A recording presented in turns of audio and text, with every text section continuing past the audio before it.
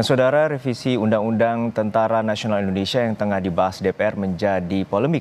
Penolakan datang dari Koalisi Masyarakat Sipil untuk Reformasi Sektor Keamanan yang menilai revisi Undang-Undang TNI berbahaya jika tidak melibatkan partisipasi publik.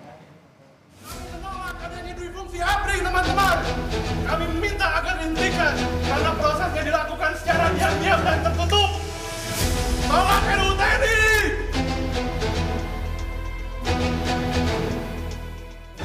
Perhimpunan Bantuan Hukum dan HAM Indonesia atau PBHI menolak revisi Undang-Undang Tentara Nasional Indonesia. PBHI menyebut perubahan itu tidak beralasan serta tidak ada urgensinya. Ketua PBHI Julius Ibrani menilai TNI belum menyelesaikan mandat reformasi hingga dinilai tidak ada urgensinya untuk mengubah Undang-Undang TNI. Julius juga mengkritisi pelibatan TNI dalam jabatan sipil justru bisa menimbulkan berbagai masalah. Perlu untuk menolak revisi Undang-Undang TNI kali ini. Kenapa?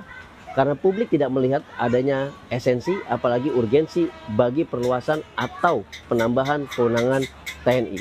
Keterlibatan TNI di ruang-ruang sipil selama ini justru menimbulkan kasus-kasus besar. Kasus korupsi, kemudian terlibat di dalam peredaran narkoba, kemudian penjualan senjata di Papua. Dan ini tidak pernah terselesaikan sampai hingga saat ini.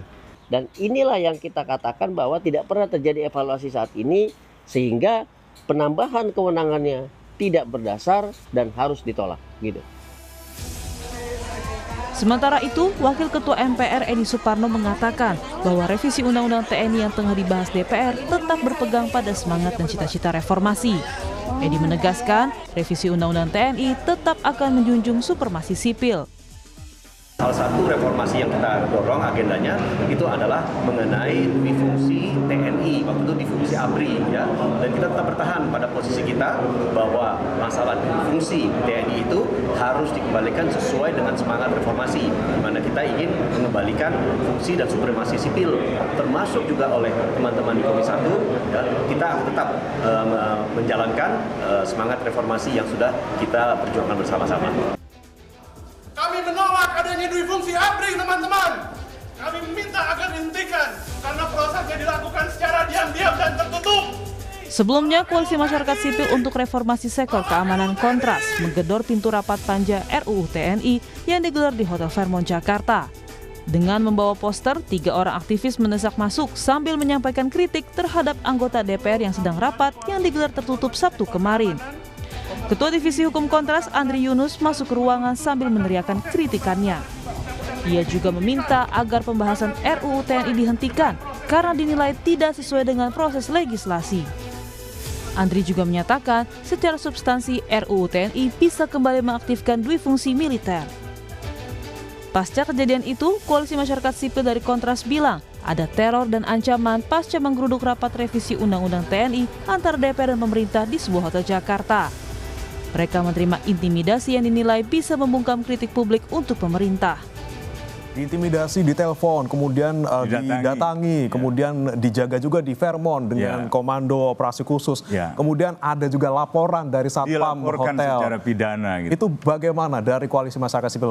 Tadi malam kita bahas hampir seluruh organisasi yang ada di dalam masyarakat sipil, kita membahas dan kita menyiapkan strategi pembelaan, termasuk juga mendesak pihak kepolisian untuk menghentikan cara-cara seperti ini. Ini jelas sekali usaha untuk membungkam kritik atau suara-suara kritik publik gitu ya. Dan setidak-tidaknya kami ingin tetap fokus pada substansi penolakan RUU TNI, terutama pasal-pasal yang memang bermasalah.